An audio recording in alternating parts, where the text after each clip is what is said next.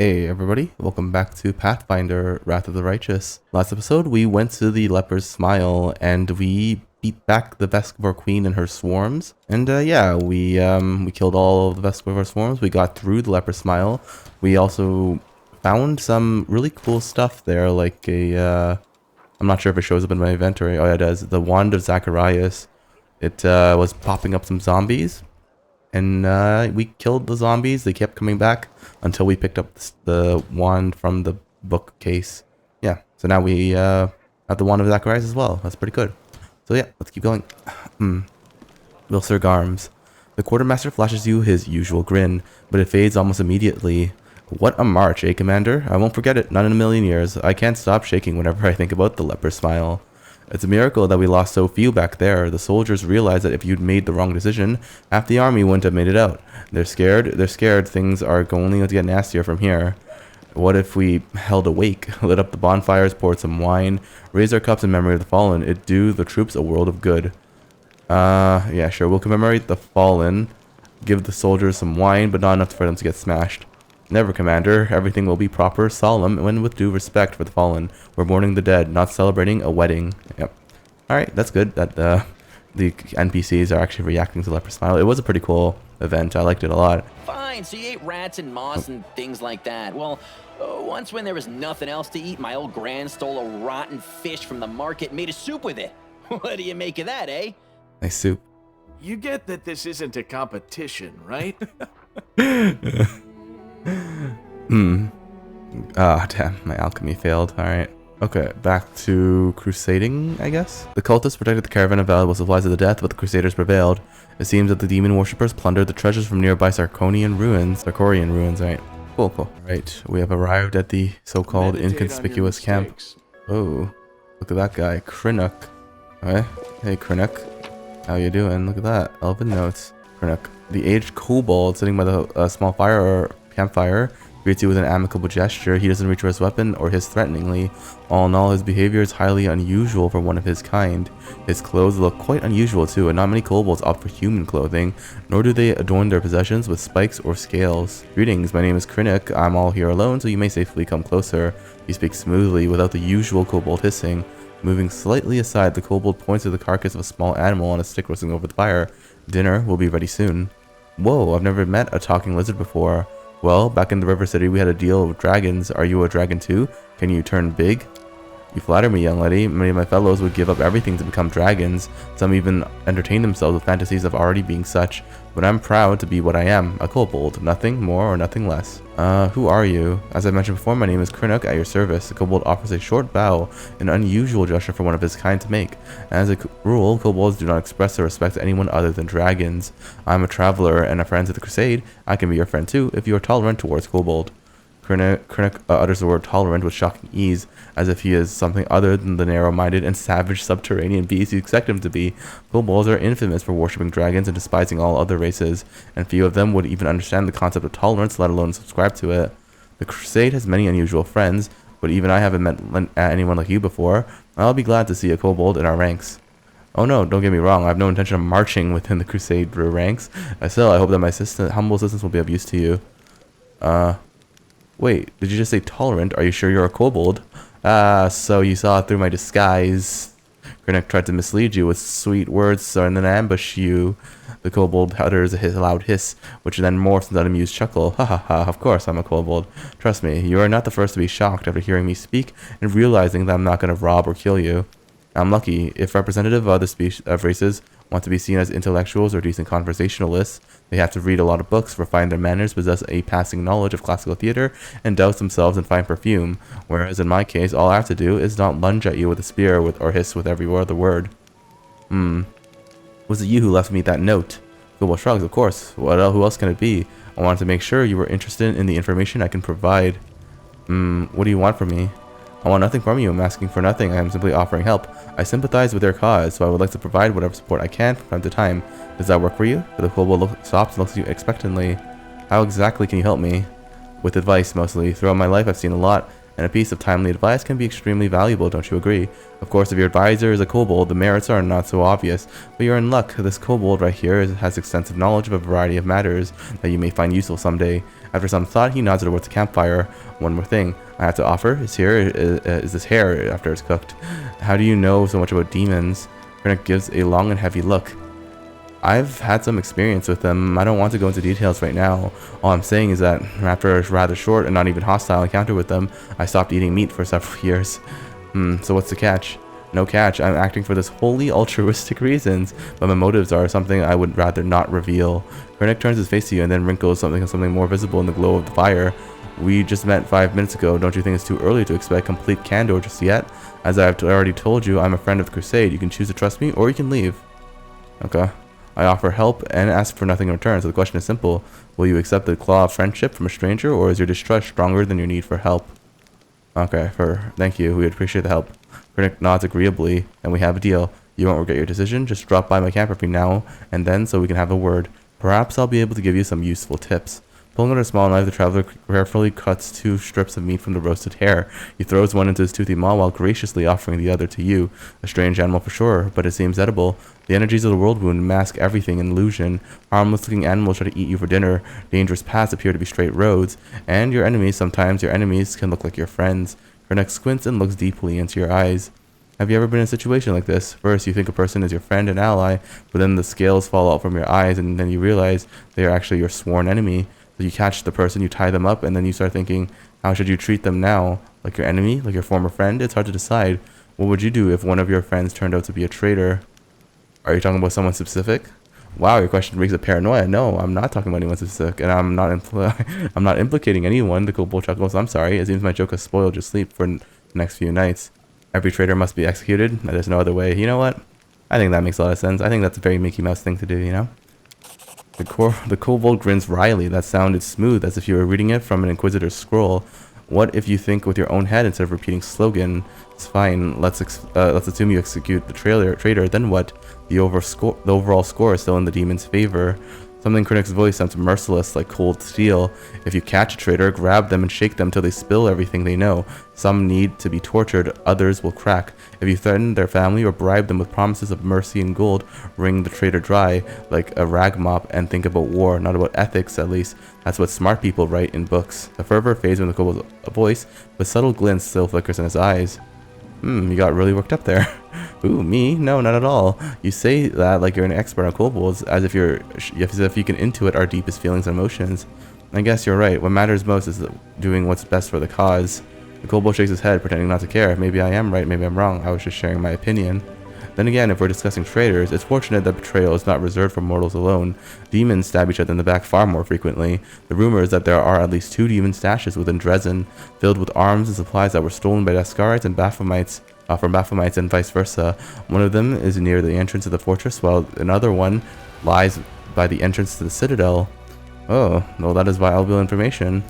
Of course it is. I wouldn't waste your time. Cracking his knuckles, Krennic gives you an inquisitive look. I hope that when the time comes for you to make a real decision instead of hypothetical ones, your wisdom won't fail you. Just one bad choice can turn a revered leader into a disgraced pariah.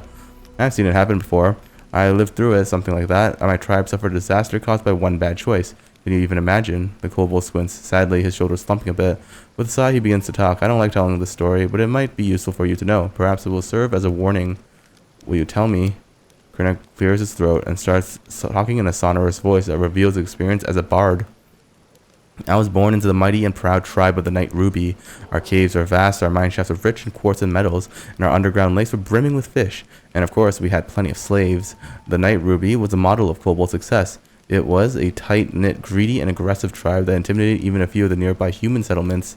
But there was a flaw underlying our power. Once, long ago, a leader of our tribe signed a pact with devils, promising them the soul of every tribe member in exchange for help and prosperity. Since then, every all-new watcher had to agree to the pact, and the power of the tribe grew, as did the number of lost souls. It was like that until our leader, Ermac, came to power. She was a principled and proud elder who didn't want to bend the knee to hell, so she refused to sign the pact, and all kinds of calamities befell our tribe. The tribe was attacked by its neighbors as the devil's instigation. Epidemics broke out, then our slaves rebelled. They came again after their former masters in the dead of night. Our clutches of eggs were ravaged, our altars were desecrated, and our warriors were slain in their burrows. The slaves paid us in full for our cruelty and our arrogance. They hunted us, chasing us down through the caves and mine shafts level by level. When we were finally left alone, we had no idea where we were. All we saw around us was darkness, and lurking in that darkness were bloodthirsty and dangerous predators. After raising his voice dramatically, Krennic suddenly stops. Then he answers with a teasing smile. I think this moment is enough of a cliffhanger to stop here. I have a question about the demons you mentioned. You know a lot about them. My humble knowledge is at your disposal. What is the demon's main weakness? It's the fact that they are hostage to their own nature. And by their nature, nature's demons are just a bunch of mad apes, grotesque parody of ordinary chaos. You don't need to make a bunch of apes angry. You just need to give them a banana and arm the other with a stick. They'll kill each other without your direct intervention. Interesting. Do you know anything about wounds inflicted by demons that first appear, then disappear, and later reappears again? Do I need to resort to platitudes such as the weirdest tricks can be expected from the demons? Or can I skip that part? I've never heard anything like that, like the what you're describing, but new sorts of nasty stuff appears in the world wound every day. However, if we think about it some more, don't you think that this wound doesn't cause enough trouble to be something the demons did to you on purpose? When you're hit by the magic of the abyss, you know instantly that death is coming your way, and fast. I see. Have you heard about my unusual powers? I've heard you're either extremely lucky or quite the opposite. You survived the massacre in Canobra to spearhead a new suicide mission. On the other hand, you survived then, and most likely will survive now. Good luck on this noble endeavor. I'd like to know more about you. I'm flattered, but what's so special about me? I've never accomplished any feats on the battlefield. I don't know any special crafts, and I don't belong to any exotic species. I don't have the slightest idea of what you find so interesting about me. Why did you decide to come here to the world wound? I just don't like it when the residents of the lower planes get involved in the lives of mortals. I firmly believe that we don't need any advisors to help us handle our own affairs, and we need overlords even less. You're different from other kobolds. Alright, so that's fine. I have to go then. Okay. Good luck, I believe you'll need it. Okay. Let's go forward. See if I can get to Heaven's Edge now that I've good old Daeran over here. Alright. I'm pretty fatigued, but you know, that's just life, I guess. Oh, wait, what? I'm by myself again? Oh no. He actually is throwing a party. Oh, Regal's here as well. Wow, everyone's here. My not so numerous, but nonetheless dearest guests. About a year ago at my last birthday party, I assured you all that I nurtured a deep-seated hatred for boring people who give protracted speeches in the misplaced belief that their inner thoughts are of any interest to anyone but themselves. Now I am a whole year older and also a full-fledged crusader, an honorable position that requires me to be as dull, pedantic, and vexing as I possibly can. Therefore, a speech it is. Yay, speech. The revered cleric Nestrin, my guardian and tutor, often told me that those who live a sinful life may expect to join the abyssal hordes after they die. This is why their path is the most despicable of all. A part of their soul may return to Mendev in the abominable form of a demonic invader. Every time we see a demon, we might as well think about it. What if this wretched creature used to be your great-great-grandfather? What if certain parts of this pointy-tailed beauty used to belong to your pious cousin? They say that the demons represent the sins of the souls they are made of. Succubi emerge out of lustful souls. Vandals turn into Abracandilu. Oh, okay. Gluttons That's how you become pronounce it. Nabasu. I, for one, am determined to commit as many different sins as possible, so that the distributive mechanism of the abyss breaks when it tries to decide what to do with my soul. Very clever, Daeran. You, my dearest guests, will be my assistants in this complicated task. Eat, drink, and indulge yourselves in whatever vices you can. Let nobody leave this house as righteous as they entered it. Live every day like it's your last. After all, nobody knows when that day will arrive, do they? Daeran smirks, finishes his wine, and tosses the glass to the floor with the ground. Oh, there we go. Hell yeah. Clap, clap, clap.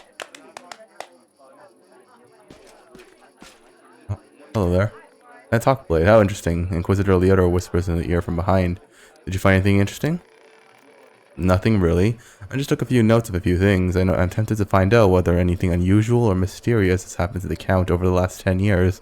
During my conversations with his acquaintances, 2 people noted that he never speaks of the revered Nestrin, the priest Ionde who was his guardian and tutor, yet he just mentioned Nestrin in his speech, whatever that might mean. You told us that you tried to find out anything odd has happened to Daerans in the last 10 years. Some of his servants complained about strange occurrences in the house, like objects moved by themselves, or objects moving by themselves, or candles going out. Of course, that could simply be a figment of their imagination. It could also very well known that the Count often invites various spellcasters to entertain them, and encourages them to use their magic in mischievous ways. Practically, the whole of Mendev knows a story about the 3 drunk wizards and their teleportation race across the roofs of Canabras after a party at the Count's house. What I'm trying to say here is that any fluctuations in residual magic at this house are not uncommon at all. There was a matter of the abduction, however. A gang of bandits kidnapped the Count, hoping for ransom, but the only reward they got was death. Afterward, the Count told everyone that he had hired the bandits himself as a joke. The other mercenary squad that freed him and executed the bandits was also in his employ. Nobody really wants to delve too deep into this case after confirming the identities of those wretched cutthroats, but there was one disturbing fact about it all, and I don't mean the Count's bizarre idea of fun. The mercenaries who supposedly freed him had also cut off the bandits' heads after they had already killed them. Their heads were cut off. You mean the bandits who attacked Daeran? Yes, perhaps I wouldn't have noticed this detail had I not visited Heaven's Edge right after the tragic incident. I remember that we also found several headless bodies, both of guests and demons. We thought they had been decapitated during the fight. My companions have been finding severed heads among their belongings recently. Strangely, things like this weren't a problem before Daeran joined the party. What? This is an alarming coincidence. Now we have another reason to conduct an investigation. It is crucial that we find out exactly what has happened at this tragic feast. What do we need to do, Inquisitor? Now, that's the hardest part. I need to dive deep into the past of this place, which requires casting several spells over some time. It would be very convenient for me if nobody interrupted the process, especially the Count himself. I don't think he remembers my face, but a suspicious stranger casting unknown spells might attract his attention. All in all, what I want you to do is distract the master of the house. Right now, he is playing host in this very place I'd like to start with. So how do I distract him? I don't know, maybe companions can assist you somehow? Or you can take a look around, perhaps there's something you can help us. I understand, okay. Good luck. Come back to me when the Count leaves. I will tell you everything I managed to find out, and maybe even show you something else. Okay. Interesting.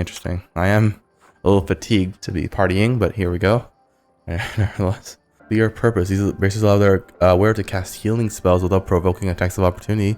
They also get +2 to concentration checks. Ooh. I'll give that to good old Ember. Nice. Okay. Let's try and talk to Alright, let's try to talk to Daeran and see if I can distract him. Daeran, who has been watching the guests with an unreadable expression, turns his head to you and says in a casual tone, like he's continuing a conversation that was interrupted. I've always considered myself an aesthete, not a hero. When doomsday comes, I thought I'd pour myself a glass of 100-year-old wine, sit in the front row and just watch the world burn. Playing the violin was also an option, and I'll be damned if I know how I ended up in the 5th Crusade. How did I become the companion of a hero chosen by Ionde? Sometimes the most casual occurrences dictate our fate's course. I'm afraid that's not always the case. Sometimes it is dictated by alien, but wholly deliberate forces. Okay. Ancient aliens kind of guy. Tell me more about Heaven's Edge. This estate was once a truly beautiful sight with its lush gardens and placid ponds. Daeran smiles briefly. It is a genuine smile, quite different from its usual half-smirk. The house itself is not that large, however. The land was part of the border region even before the world wound, so my ancestor took that into account when laying the foundations. The larger the mansion, the harder it is to defend. I'd gladly give you a tour, but I'm afraid there's not much for you to see here. I didn't have much time, so my servants only managed to clean up the yard, the great hall, and a couple of rooms. There is nothing interesting about them, except perhaps the magical firefighting system powered by water elementals. I'm not sure it's still functional, though. Ooh, interesting.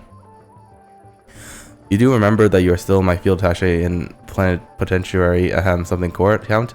I demand a report of your work so far in half an hour. Why did you decide to throw a party at the scene of such a tragedy? What's this ghoulish farce all about? Daeran freezes. What an odd feeling. It's like I've been lying under the sun in a spectacular meadow in full bloom, and then you barge in to pour a bucket of ice-cold water all over me. Is this how you treat people who invite you to the celebration? No, you don't have to answer. I do not wish to continue this conversation. Thank you for ruining my mood. I shall retire to my chambers for a time. The Count gives you a pointedly formal bow and leaves. Okay, that works too. Alright. Okay. Sure. I see that you did your part, Commander. Thank you. Now get ready to watch and listen closely. I will unravel the past of this place and try to show you whatever I find. Here we go. Let's see the past. Magic powers. Activate. Oh. Countess Selena Arande. The hum of voices, laughter, and music fill your mind. Then the visions come fragmented and hazy at first, but eventually coalescing to reveal a single face. It is a woman of stunning heavenly beauty, and her delicate features instantly tell you who she is. The family resemblance of Daeran is obvious. My dear guests, the Lady of Heaven's Edge welcome all of you today. I hope this day is as bright for you as it is for me, because of this day my only precious, sometimes arrogant, but utterly beloved child was born. A child is usually a reflection of their parents and caretakers, Countess. Will you allow the humble tutor of this young man to address the guests and the man of the hour as well?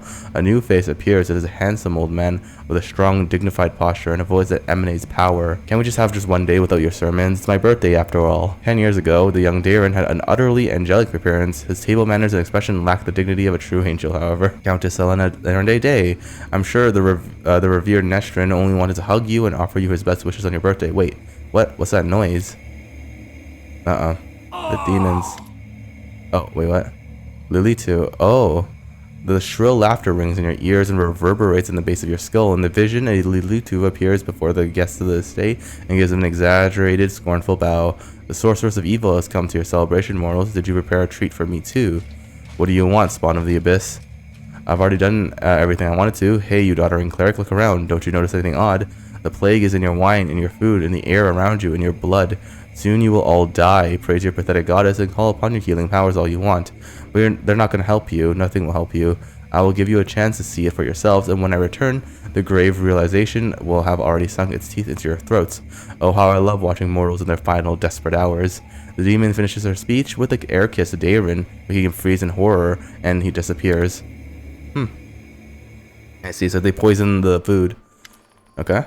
Liotr shakes his head and slowly exhales, rubbing his temples. The first appearance of the disease in the Lilito, one of the many sisters of the accursed Manago. So far, everything I've seen matches the official version of events. Who were the people in the vision? Countess Selena Arande was Daeran's mother and one of the most beautiful women in the history of Mendev. She was an Aasimar, just like her son. The old man is the esteemed cleric Nestrin, our count's guardian and tutor. He is well known for his unfaltering faith and iron will.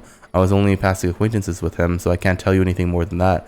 I didn't recognize the others, but Daeran told me that the first victims of the disease were his second cousin and the cousin's wife, hailing from the eastern border. Surely the cleric could have done something. I can't say for certain, but I believe that there was nothing he could have done. Magical diseases are already difficult enough to cure, and this plague struck very fast indeed. Now we must find out what happened next. What now? I can sense the aftershocks of a very strong outburst from emotions and memories somewhere in the west wing of the house. Something must have happened in one of the rooms, so please check if anyone's in there and distract them if need be. Oh, okay. I have to lure Daeran out of the room now. Uh-oh. Ah, crap.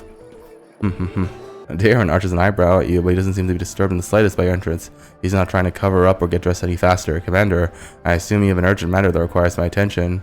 I am absolutely confident that you won't be able to persuade Social to draw a portrait of you. A nude portrait, that is. That sounds like a fine idea. Our cleric will surely turn down a direct request. But if I tell him that we can sell the portrait at a charity auction, why have I never thought about that? Thought of selling my nude portraits at a charity auction. It will cause a huge scandal, but it will also be for a good cause. This will give those god botherers something to complain about. You've given me a brilliant idea. There you go. There you go. Oh, he pauses a little bit. I think he suspects something. Liotr? Yeah, here we are. Full plate.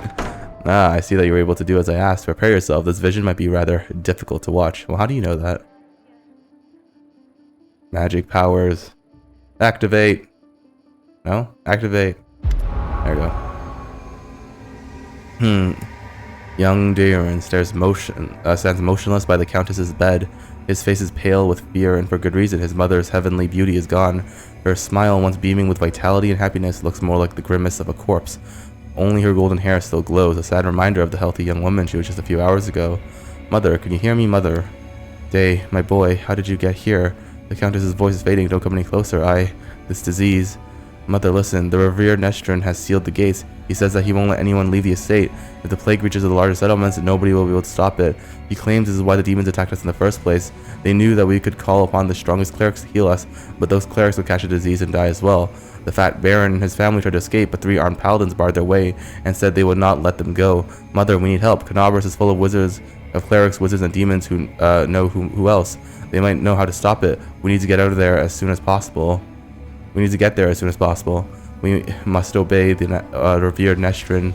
We are the lords of Mendev, and we must protect our people. If it reaches Canobras, thousands of innocent people will die. I don't care about any innocents. Daeran's voice rises to a shout. You're ill, mother. You're dying. You must tell them to open the gates and take you to Canobras.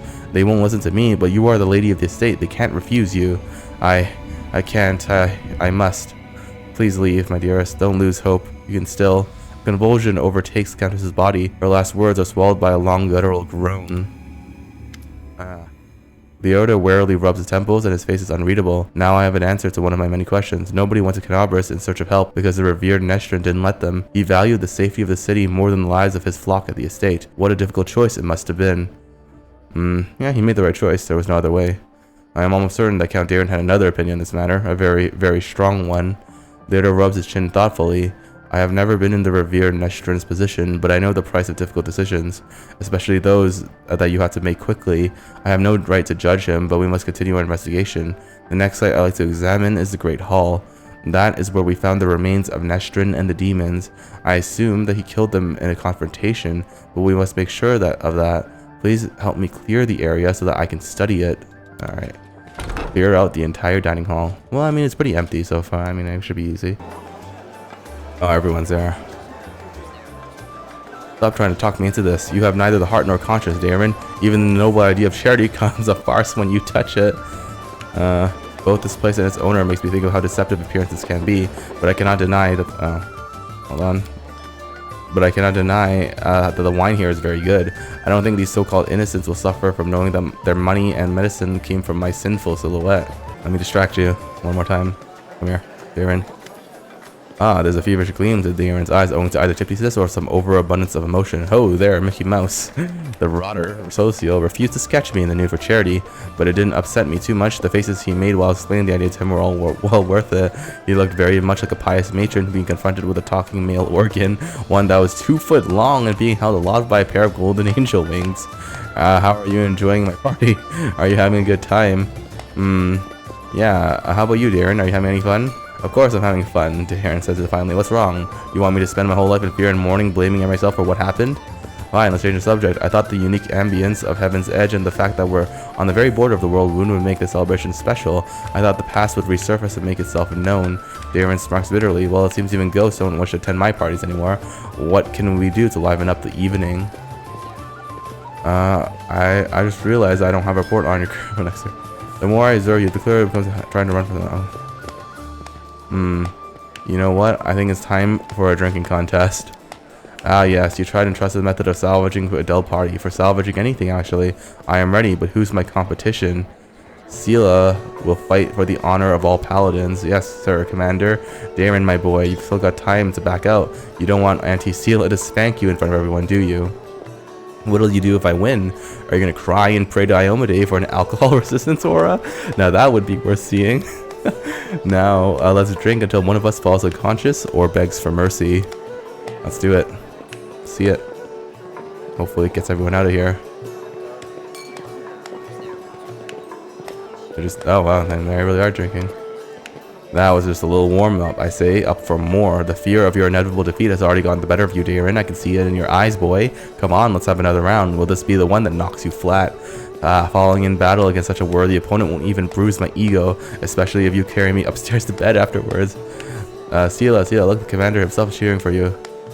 Yeah, the commander himself is cheering for you. I won't let you down, just watch. Alright. Fortitude saving throws. Oh, they're actually doing saving throws? Okay. Whoa, are we done here, or are you ready for another round? To whom should I dedicate this glorious feat? Putting the haughty, self-absorbed prick of a count in his place. To my dearest royal cousin, I'm sure that any failure of mine will bring her joy. Oh, my head feels funny. Does he fail his fortitude saving throw? I'm just staring at him. My grandfather, or maybe my great-grandmother, put this bottle in the family cellar. So why did it fail to see on of the illustrious Erendane in his time of need? Daeran looks a bit unsteady on his feet. I don't feel very well. Hey everyone, let's go back outside. I need to get some fresh air in my lungs. That's great. Good job, Sela. Good job. Now clear out. Yes, here we are again, Commander. Liotr looks grim but focused. So let us take another glimpse into the past. Hell yeah. Magic powers. Activate. A ripple of laughter flows through the hall. It begins as sweet as a charming chuckle, but then turns into a rasping cackle that makes Daeran huddle even deeper into his corner. Why are you running from me, my sweet little prince? Come on, let me touch you. I'll give you. The booming voice of an old man dressed in Iomadian robes shakes the walls of the hall. Get away from him, demon. Let the boy go. By the blade of the inheritor, you touch him only over my dead body. You are pathetic, old cleric. Are you the guardian of this charming little prince? Well, you guarded him in vain. The disease is already circulating in his blood, and soon he will rot before your very eyes. You won't be able to help him, and I can at least make sure his death is beautiful, clean, and sweet. The demoness turns his eyeless face to Daeran and licks her lips. Of course, laugh escapes the young man's throat. We'll see about that. Oh.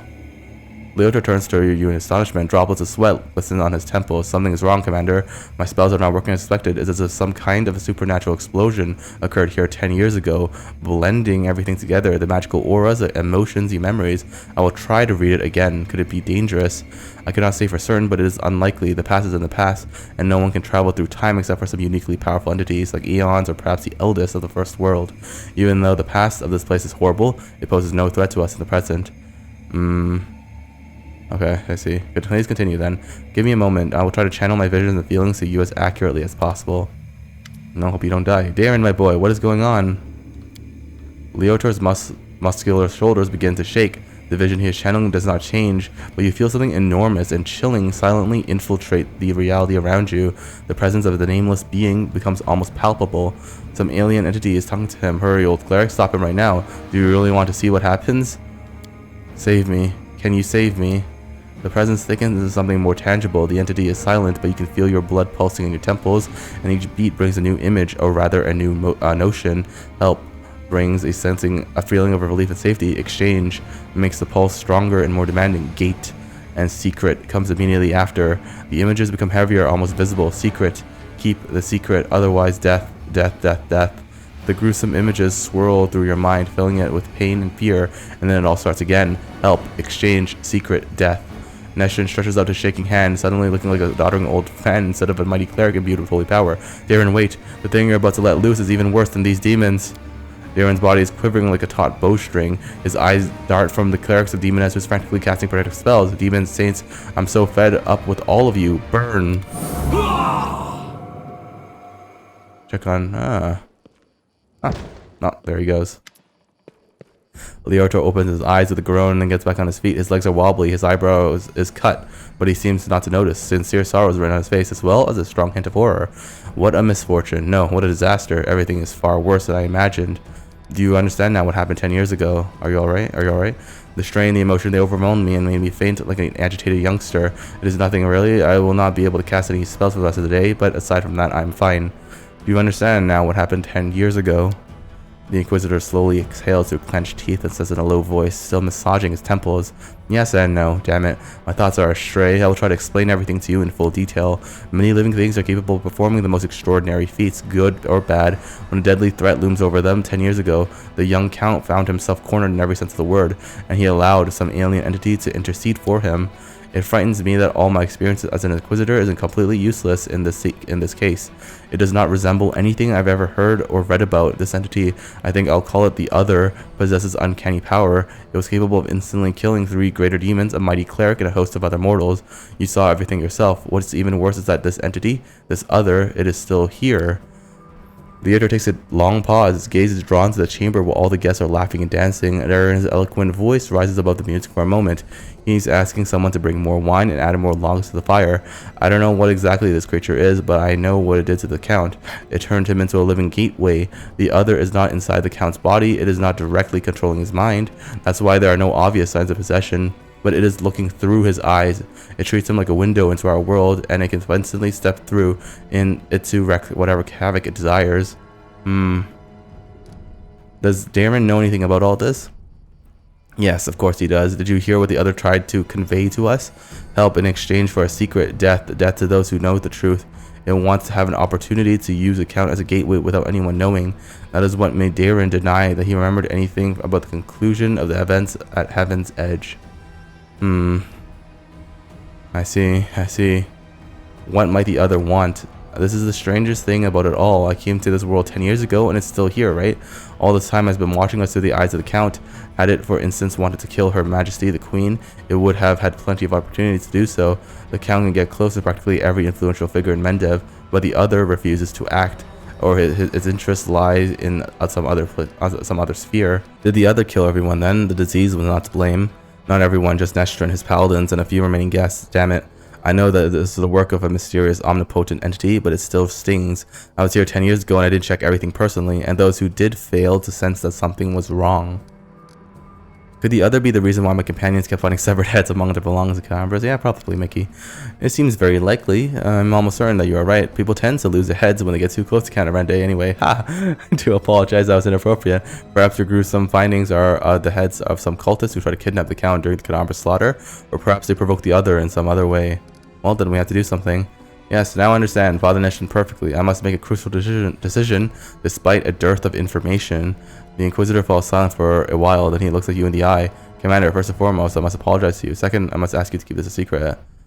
What are you sorry for? I apologize for dragging you into this mess. You see, the other, an entity of immense power, stated very clearly that it would kill anyone who found out the truth.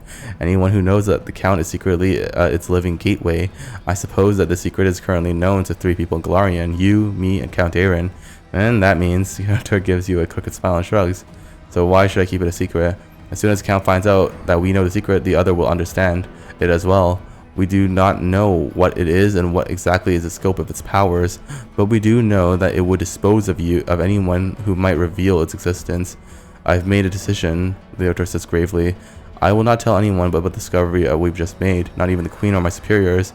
Instead, I will immediately go to Neurosian and sift through all the archives of the Inquisition in order to find out what exactly we are dealing with and how it can possibly be defeated. I may also make some cautious inquiries in other places, including Absalom. Still, I will not reveal the truth until I have found at least some reliable information. I am asking you to do the same. Specifically, do not say a single word about our investigation to the Count himself. So you want me to lead the crusade while carrying a bomb that might explode at any moment? I'm afraid that it won't be hidden. That won't be able to hide from the consequence when this bomb does explode. It is up to you to decide, though. I'm afraid that you won't be able to hide from the consequences when this bomb does explode. It's up to you to decide, though. What are you going to do with Daeran himself? At the very least, he is guilty of letting the other enter our world. Right now, I'm more concerned about the other, but when we find a way to get rid of the entity, the Count will have to stand trial. Many things about this case are still unclear, including the extent of his guilt. Did he call upon the other by himself, or did he simply answer its call? Could he refuse its offer, or would it have led to his immediate death? Every detail is important, and every testimony needs solid proof. That is the difference between righteous justice and blind vengeance. Okay, fine, I'll keep it a secret. Liotr lets out a huge sigh of relief.